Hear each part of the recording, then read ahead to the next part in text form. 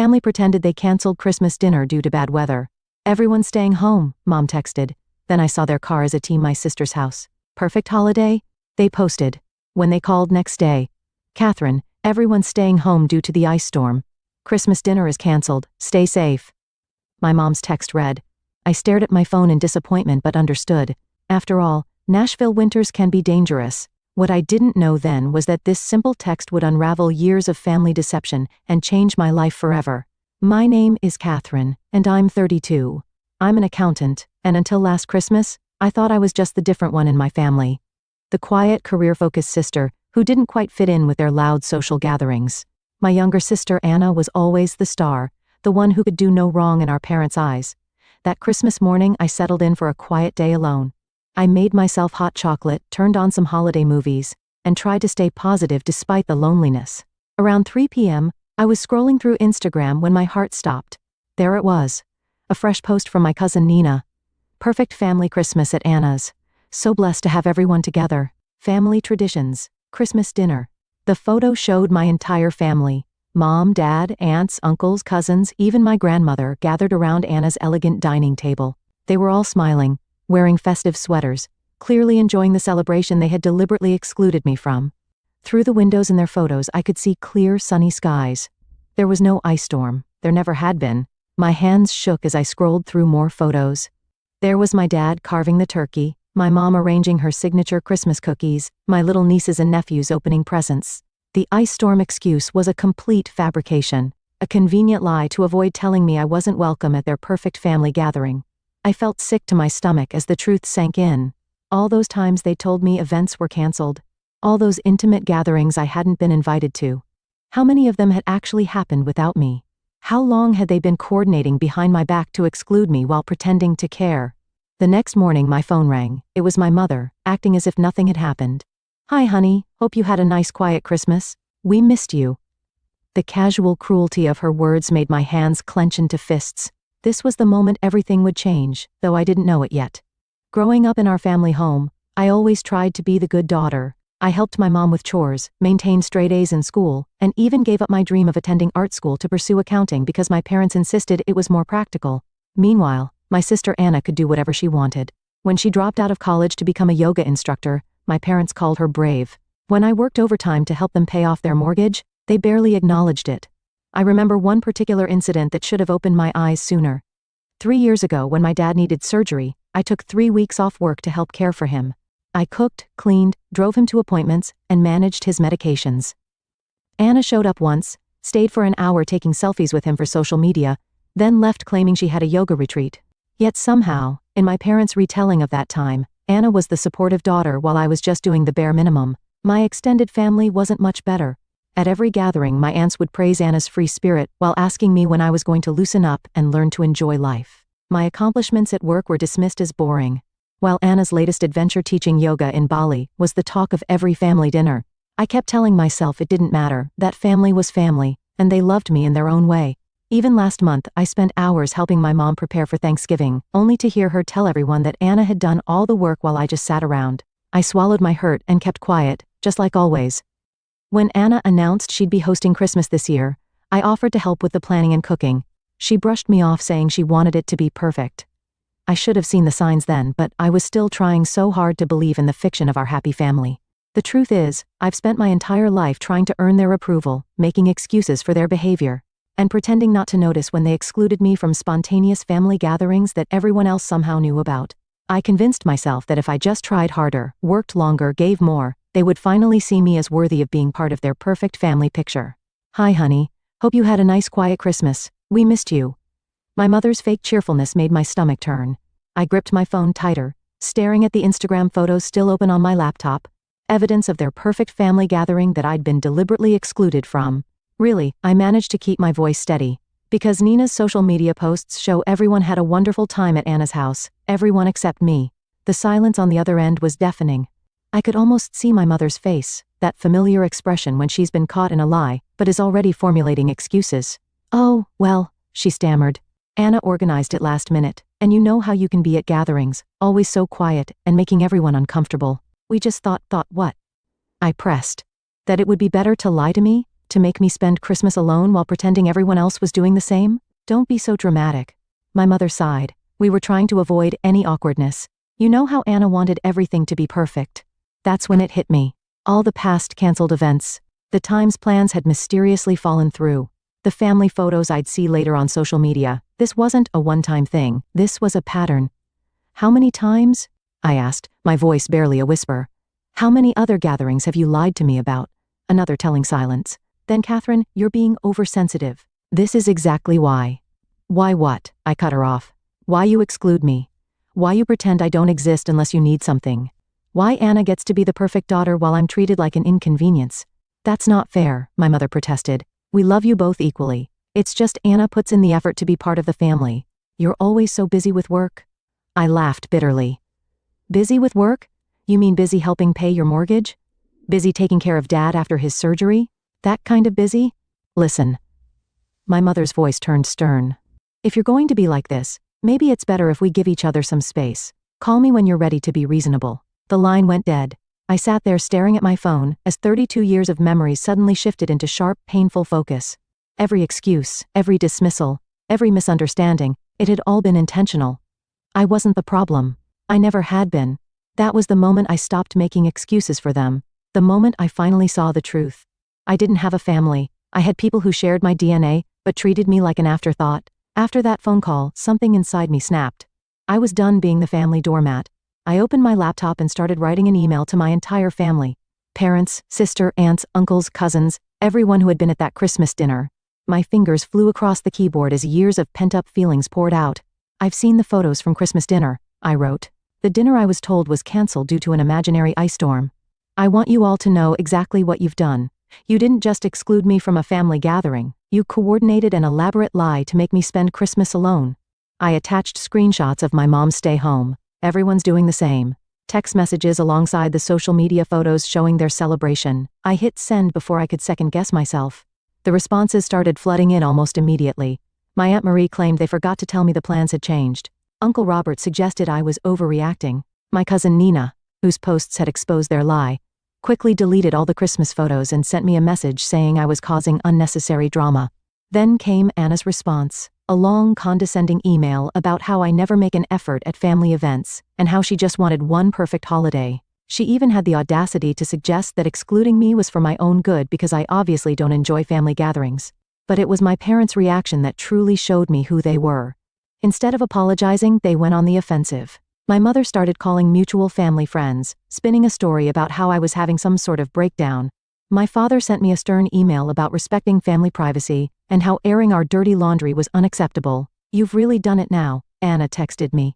Mom's crying, everyone's upset, and it's all because you couldn't just accept that maybe you're the problem. This is exactly why we didn't want you at Christmas. I felt like I was living in an alternate reality. They had deliberately excluded and lied to me, yet somehow I was the villain for exposing their behavior. The more I stood up for myself, the more they twisted the narrative. When I refused to back down and apologize, they escalated. My mother started showing up at my workplace unannounced, causing scenes in the lobby. Anna began posting vague social media updates about toxic people and choosing peace over family. My father threatened to cut me out of his will if I didn't get in line. Instead of intimidating me, their actions only confirmed what I had finally realized. This wasn't a loving family protecting itself from a difficult member. This was a toxic system desperately trying to maintain control over someone who had finally stopped playing by their rules. I decided then that I needed to do more than just expose their lies. I needed to completely break free from their manipulation. Little did they know, I was already forming a plan that would show them exactly what happens when you push away the one person who had always been there for them. A week after my confrontational email, I received an unexpected message from Rachel, an old family friend who had retired from managing my parents' finances years ago. Catherine, I've been seeing what's happening with your family on social media. There's something you need to know. Can we meet? I agreed to meet her at a quiet cafe downtown. When I arrived, Rachel looked nervous, clutching a manila envelope. I've been carrying the guilt of this for years, she said, sliding the envelope across the table. Your father swore me to secrecy, but after seeing how they're treating you now, I can't stay quiet anymore. Inside the envelope were bank statements and legal documents dating back 15 years. As I read through them, my hands began to shake. According to these records, my grandfather had left a significant inheritance specifically for my education and future, nearly $300,000, money I had never known about. Your father was the trustee, Rachel explained quietly. He was supposed to give you access when you turned 25. Instead, he transferred everything to Anna's accounts, using it to fund her lifestyle and her failed business ventures. The revelation hit me like a physical blow. All those years I'd worked overtime to pay for my accounting degree, the student loans I was still paying off, the times I'd helped them with their mortgage, they had been sitting on my inheritance the whole time, spending it on Anna. There's more, Rachel continued. Your grandfather also left properties that were meant to be split equally between you and Anna. Your parents sold them all. Using your power of attorney, they had you sign when you were 18. Remember when they said it was for emergency medical decisions? I felt sick. The document I'd trustingly signed had given them complete control over my financial interests. They had systematically robbed me of my inheritance while watching me struggle, accepting my help with their expenses, and making me feel guilty for not contributing enough to the family. Even worse, the statements showed regular transfers to Anna labeled as business investments, money taken from my inheritance to fund her yoga studios, her retreats in Bali, all those adventures they'd praised her for while criticizing my boring accounting career. Why tell me now? I asked Rachel, my voice barely steady. Because I saw your mother's social media posts painting you as unstable and ungrateful. They're trying to discredit you before you can discover the truth. They've been embezzling from you for years, Catherine. What they've done isn't just morally wrong, it's illegal. Everything suddenly made horrible sense. Their escalating attempts to paint me as unreasonable. The threats to cut me out of the will when they'd already stolen my inheritance. Their desperate need to maintain the narrative that Anna was the successful sister while I was the difficult one. I carefully packed the documents back into the envelope, my mind racing. Thank you, Rachel. I know exactly what I need to do now. This wasn't just about a ruined Christmas anymore. This was about years of calculated deception and theft, and I, an accountant with years of experience tracking financial fraud, was uniquely qualified to make them face the consequences. With Rachel's documents in hand, I spent the next week meticulously building my case. As an accountant, I knew exactly how to trace the money trail. Every unauthorized transfer, every misused power of attorney, every fraudulent document, I tracked it all. I also hired Sarah Chen, a lawyer specializing in estate fraud, to review everything. This is a clear case of financial exploitation, Sarah confirmed. We can file criminal charges if you want to pursue that route. I considered my options carefully. A criminal case would destroy my family's reputation, but they had already destroyed our relationship. Still, I decided to give them one last chance to make things right. I emailed my parents and Anna, requesting a family meeting to resolve our differences. They jumped at the chance, probably thinking they could manipulate me back into line. We agreed to meet at my apartment the following Saturday. The morning of the meeting, I arranged 3 folders on my dining table, one for each of them. Inside each folder was a complete record of their fraud, along with a letter from my lawyer outlining their options. Either transfer all remaining funds back to me and sign a confession, or face criminal charges. They arrived looking smug, clearly expecting me to apologize. My mother started in immediately. Catherine, we're so glad you've come to your senses. I cut her off by sliding the folders across the table. Before anyone says another word, I suggest you read these. The color drained from my father's face as he scanned the documents. Anna's hands started shaking. My mother tried to maintain control. This is ridiculous. You're trying to blackmail your own family? Blackmail? I laughed coldly. No, I'm giving you a choice. Return my inheritance with interest and admit what you did, or I'll let the police handle it. Rachel's already agreed to testify. Rachel had no right, my father started. You had no right, I interrupted. You stole from me for years while watching me struggle. You used my power of attorney to sell property that was rightfully mine. You funded Anna's lifestyle with my inheritance. Anna burst into tears. I didn't know. They told me the money was from their savings. Don't lie, I replied calmly. The transfers went directly to your accounts. You knew exactly what you were doing. My mother tried a different approach. Think about what this will do to the family. What will people say? You should have thought about that before stealing hundreds of thousands of dollars from your own daughter, I responded. You have 48 hours to decide. Either sign the confession and arrange the transfers, or I'm going to the police.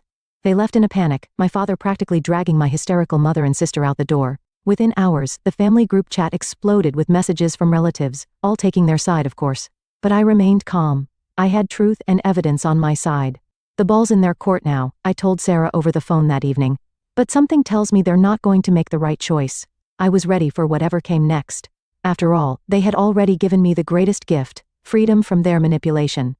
The 48-hour deadline came and went. Just as I expected, my family chose pride over honesty. They didn't sign the confession or arrange any transfers. Instead, they tried to destroy evidence, closing accounts, shredding documents, and even attempting to pressure Rachel into retracting her statement. What they didn't know was that I had already submitted everything to the authorities.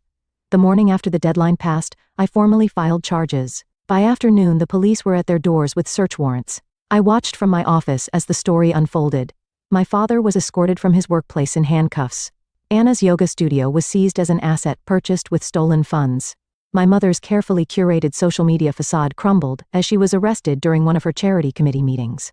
The family group chat exploded again, but this time with a different tone. Relatives who had dismissed my claims were suddenly quiet as the evidence became public record. The local newspaper ran a story about the prominent family's fall from grace. All their years of maintaining perfect appearances ended in a single day. My phone buzzed with a text from Rachel. "You did the right thing. Your grandfather would be proud." She was right. This wasn't about revenge anymore. It was about justice.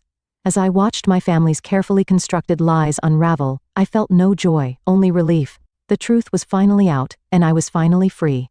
1 year later, I sat in my new home in Denver watching snowfall outside my window. The court case had concluded months ago. My father and mother both took plea deals, agreeing to pay restitution. Anna's yoga empire had crumbled, and she'd finally gotten a real job as a receptionist. The perfect family image they'd worked so hard to maintain was gone forever. Most of the relatives who had enabled their behavior for years stopped speaking to me. But surprisingly, I found I didn't miss them. Instead, I had built a new support system. Genuine friends who valued honesty over appearances, colleagues who respected my work ethic, and even a few distant cousins who reached out to apologize for their past behavior. Rachel came to visit me last week. Over coffee, she handed me an old photo album she'd found while cleaning out her office. Inside were pictures of my grandfather and me, moments I'd almost forgotten. In one photo, he was teaching me to fish, both of us laughing at something long forgotten. "He always said you were the strong one," Rachel told me. "He knew they favored Anna, but he believed you would overcome it." I touched the photo gently, remembering his kind smile. He had tried to protect my future through that inheritance. And though it had taken years, his final gift had ultimately given me something more valuable than money: the courage to stand up for myself and the freedom to build a life on my own terms. Sometimes the best revenge isn't about getting even, it's about getting